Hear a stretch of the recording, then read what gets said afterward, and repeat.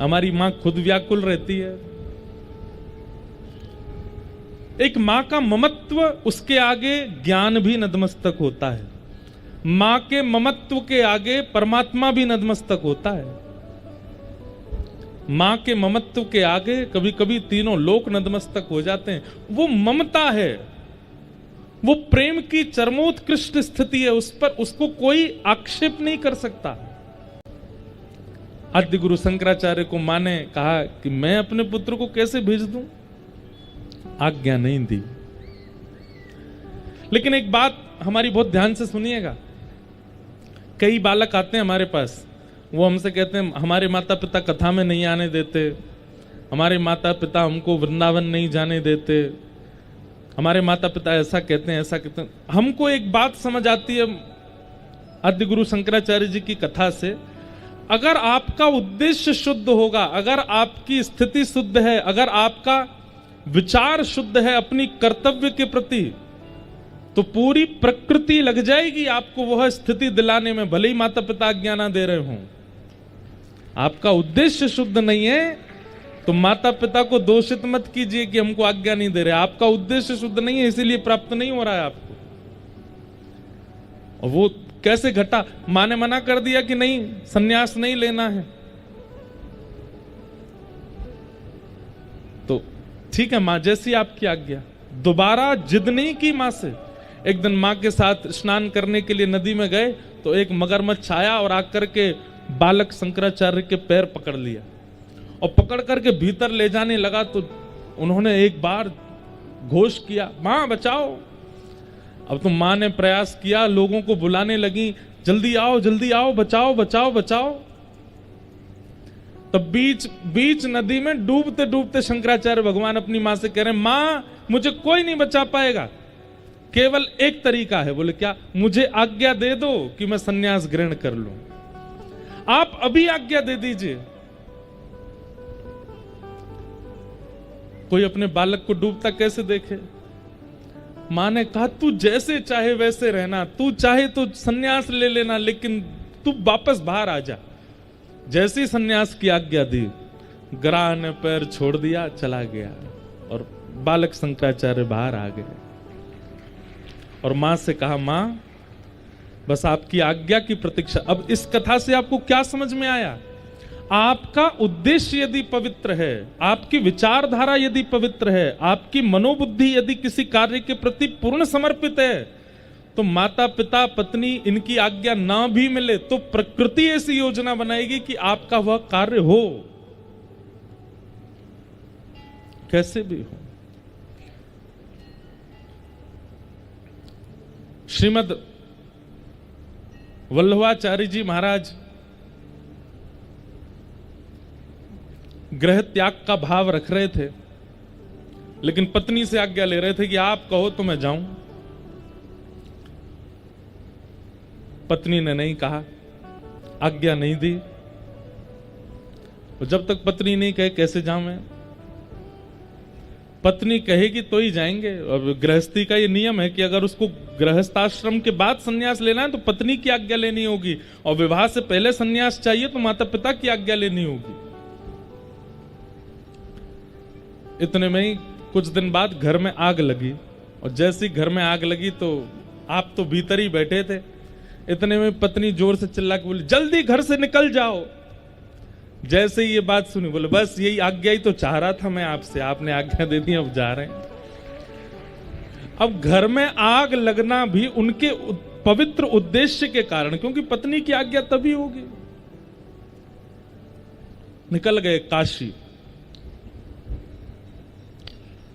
तो उद्देश्य यदि आपका पवित्र है तो प्रकृति लग जाएगी आपको उस वस्तु को प्राप्त कराने में, और उद्देश्य अपवित्र है तो कई बार वस्तु मिलने पर भी आपका सर्वनाश कर देगी। जैसे रावण चाहता था कि मैं दिग्विजय करूं, क्या ज्ञान नहीं था, क्या संस्कृत नहीं बोलता था, क्या स्तुतियां नहीं बनाता था। स्वयं महादेव जाते थे लंका उसके पास और वहीं बैठ करके अपना अभिषेक कराते थे, नवीन नवीन रचनाएं बना करके महादेव के चरणों में अर्पित करता था। लेकिन सब कुछ होते हुए भी उद्देश्य उसका पवित्र नहीं था। मिली तो सब वस्तु जो जो वो चाहता था, लेकिन उसका परिणाम आज तक भोग रहा है रावण। आज तक जलाया जाता उसके स्वरूप को। तो मां ने आज्ञा तो दे दी, लेकिन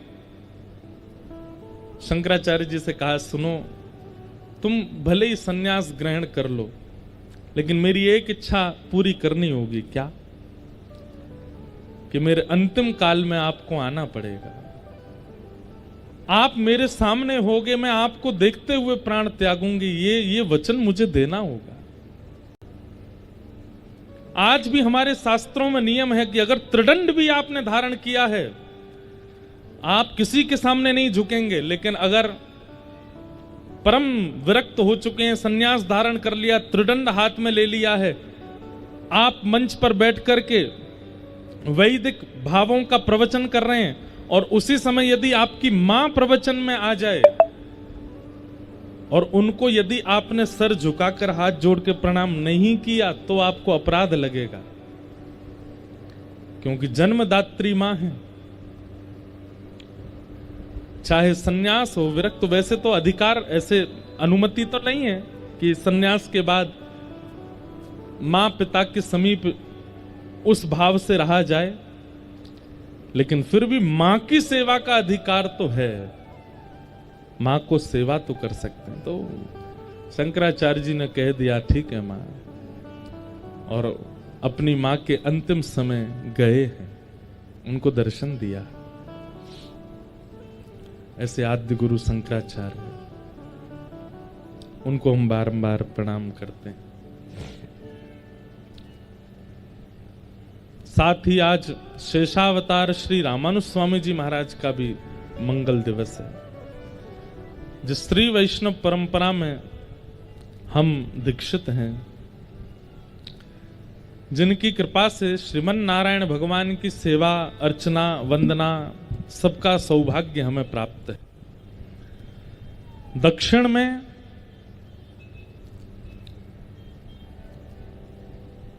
चार संबंध हैं भगवान नारायण के रामानुजाचार्य जी से, पिता, पुत्र, गुरु और शिष्य। रामानुजाचार्य जी को ठाकुर जी गुरु भाव से भी देखते हैं, शिष्य भाव से भी देखते हैं, पिता भाव से भी देखते हैं, पुत्र भाव से भी देखते हैं। श्री तिरुपति बालाजी नाम सुना सबने।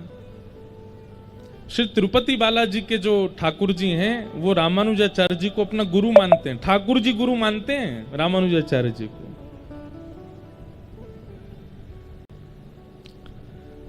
श्री वरदराज भगवान, वो रामानुजाचार्य जी को अपना शिष्य मानते हैं। यहां पे भगवान गुरु हैं और रामानुजाचार्य जी शिष्य हैं।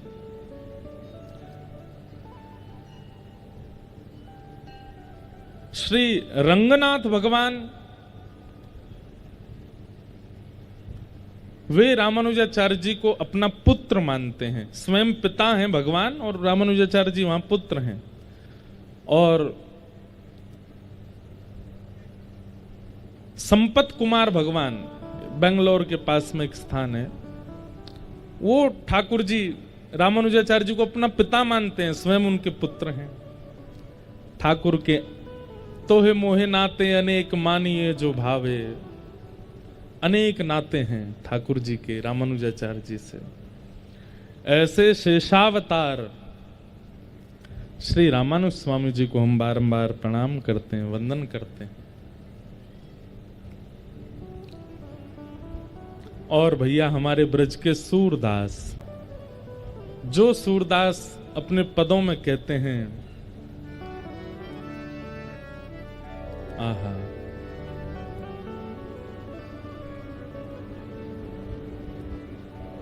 भरोसो दृढ़इन चरणन केरो, भरोसो दृढ़इन चरणन केरो। श्री वल्लभ नख चंद्र छटा बिन, श्री वल्लभ नख चंद्र छटा बिनु सब जग माही अंधेरो,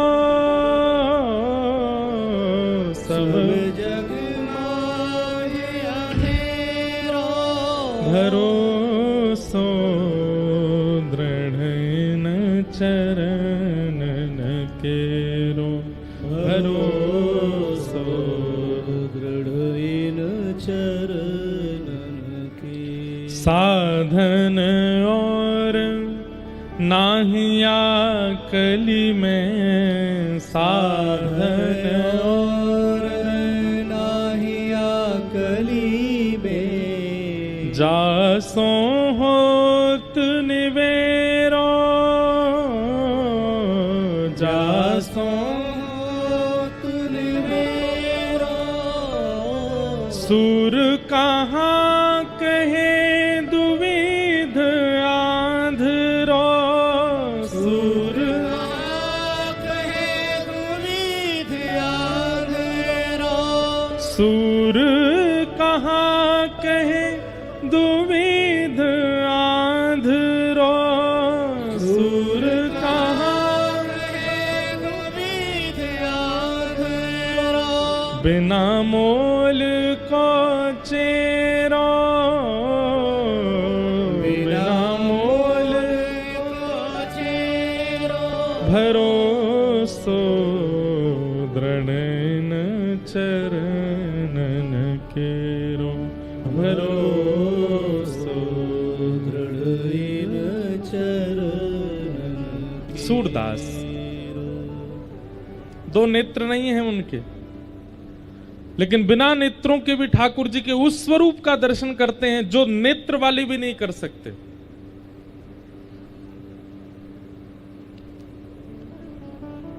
अर्धरात्रि का समय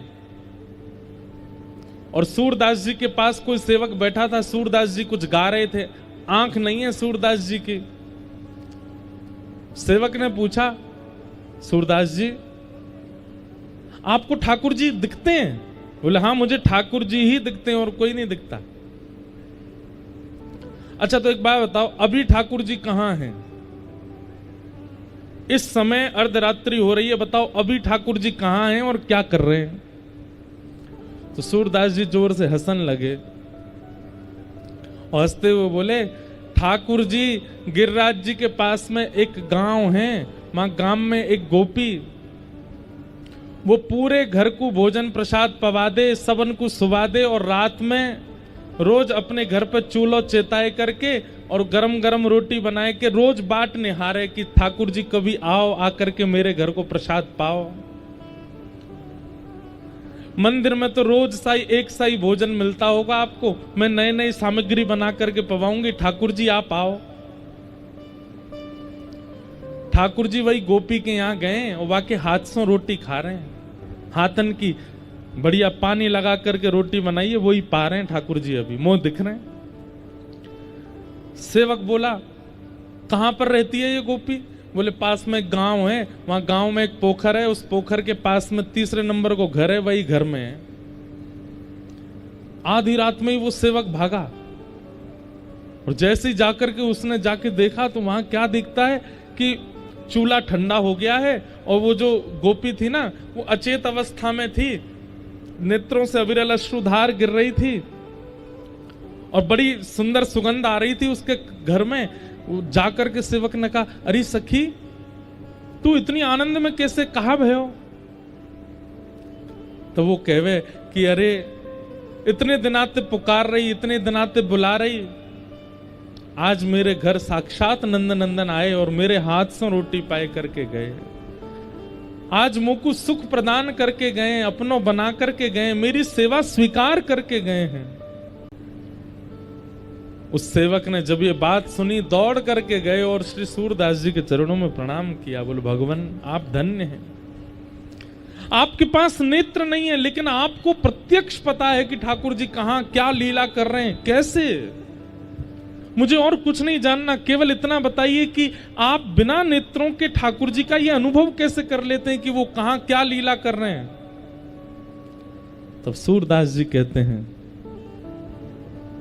ये पद जो अभी हम गा रहे थे, भरोसो, भरोसा किसमें? दृढ़ इन चरणन केरो, अपने गुरु के प्रति प्रगाढ़ भरोसा, गुरु के प्रति अखंड भरोसा, गुरु आज्ञा के प्रति अविचल विश्वास, उसका ये प्रमाण है कि मैं नेत्र ना होते हुए भी ठाकुर जी की लीला का अनुभव कर लेता हूं, दर्शन कर लेता हूं। ये भैया की आवाज ने कम है, सके तो देख लियो। भरोसो दृढ़ न चरणन केरो। तो ऐसे पावन दिवस पर हम लोग आज कथा श्रवण कर रहे हैं, ये हमारा परम सौभाग्य है।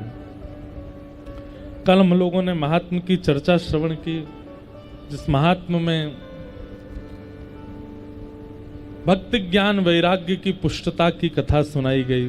साथ ही आत्मदेव ब्राह्मण के यहाँ कैसे एक बालक ने दुष्टता को प्राप्त किया और श्रीमद् भागवत की कथा से ही उनकी प्रेत योनि से निवृत्ति हुई। इस प्रकार महात्म महत्व सुनाया गया भागवत जी का। आज से प्रथम स्कंद की कथा प्रारंभ है, सब लोग ध्यान से श्रवण करें। ओम नमो भगवते वासुदेवाय कि जन्माद्यस्य तोन्वयादितरतः चार्थे स्वविज्ञस्वराट् तेने ब्रह्म हृदय आदि कवये मुह्यन्ति यत्सूरयः तेजो वारि मृदां यथा विनिमयो यत्र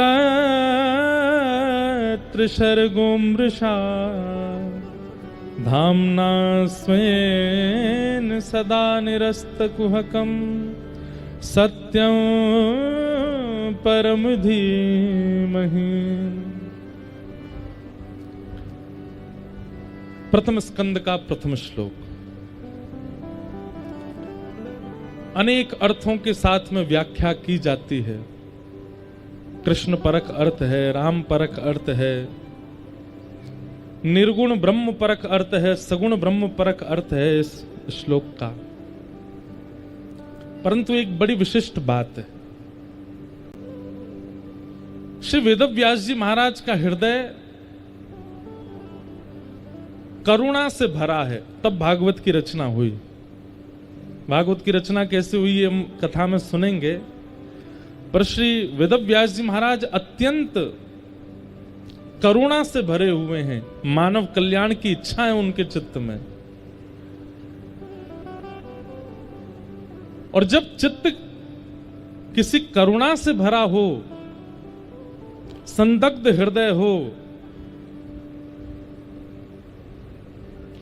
तब ऐसी ही स्तुति प्रारंभ हुई है। जकारांत से ही प्रारंभ किया गया है।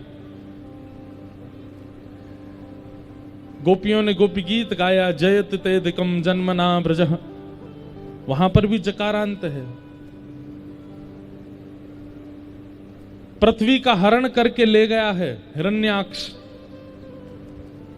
तब बराह भगवान की स्तुति भी जकारांत से की गई। जय जय जय जाम जित दोष ग्रवीत गुणा, वेद स्तुति भी जकारांत से की गई।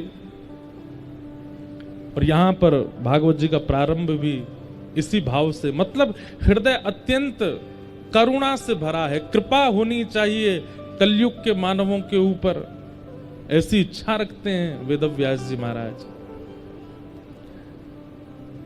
जन्म लेते ही जो परमात्मा अपने माता पिता से अन्वयाद इतरतः गोकुल चलेगा। मथुरा में जन्म भयो ठाकुर जी को, वसुदेव देवकी के यहां जन्मे हैं, लेकिन जन्म लेते ही ठाकुर जी कहां चले गए? गोकुल चले गए, नंद यशोदा के पास चले गए। चार्थे स्वविज्ञ स्वराट, जो अविज्ञ हैं, अनविज्ञ नहीं है, सब जानते हैं, पूतना रूप बदल करके आई, अघासुर, बकासुर, धेनुकासुर सब रूप बदल करके आए, लेकिन सबको पहचान गए। अब इसमें कई भक्ति भाव भी छुपे हैं। जैसे अन्वयाद तरतः ठाकुर जी चले गए, इसका मतलब क्या है? संयोग और वियोग, और भक्ति ही नहीं, किसी भी वस्तु के प्रति प्रेम हो, वो वियोग जब तक नहीं होगा तब तक उसका अभाव आप नहीं देखोगे, तब तक वह प्रेम पुष्ट नहीं होगा। रोटी की कीमत वो ज्यादा जानते हैं जिनको रोटी पाने को नहीं मिलती।